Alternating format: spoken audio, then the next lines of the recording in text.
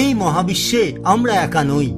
পৃথিবীর মতোই অন্য কোনো না কোনো গ্রহে আছে প্রাণের অস্তিত্ব। বিজ্ঞান ও কল্পনার এই চিরন্তন প্রশ্নকে নতুন করে আলোচনায় এনেছে জ্যোতির্বিজ্ঞানীদের সাম্প্রতিক গবেষণা। সদ্য একদল গবেষক এমন ৪৫টি গ্রহের তালিকা প্রকাশ করেছেন যেখানে প্রাণের সম্ভাবনা থাকতে পারে।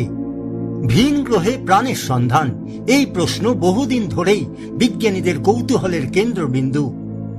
সেটি বা সার্চ ফর এক্সট্রাটেরিস্ট্রিয়াল ইন্টেলিজেন্স সহ নানা গবেষণায় বিজ্ঞানীরা আমাদের সৌরজগতের বাইরে ৬,০০০-এরও বেশি এক্সোপ্ল্যানেট বা ভিন গ্রহ আবিষ্কার করেছেন।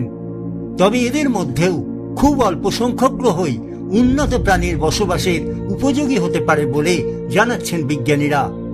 বিজ্ঞানের অগ্রগতি এখন আমাদের এমন গ্রহের খোঁজে অনেকটা এগিয়ে দিয়েছে। ২০২৬ সালের ১৯ March monthly notice of the royal astronomical সোসাইটিতে প্রকাশিত এক গবেষণায় কর্নেল ইউনিভার্সিটি কার্ল সাগান ইনস্টিটিউটের বিজ্ঞানীরা ৪৫টি এমন গ্রহের তালিকা তৈরি করেছেন। এই তথ্য দিয়েছে popularscience.com।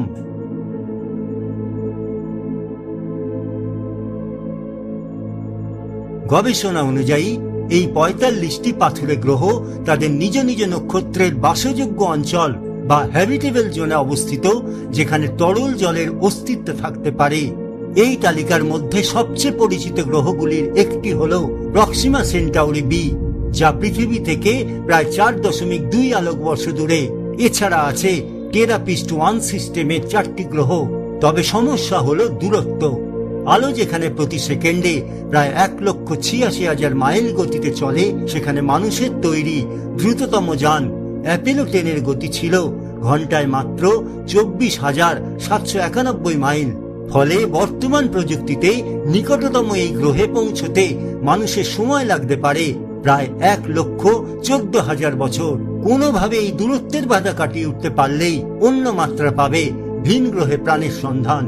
Hubble space telescope, James Webb space telescope এবং ২০২৭ সালে উৎক্ষেপণ হতে চলা Nancy grace Roman space telescope এই গ্রহগুলিকে আরো গভীরভাবে পর্যবেক্ষণ করে চলবে।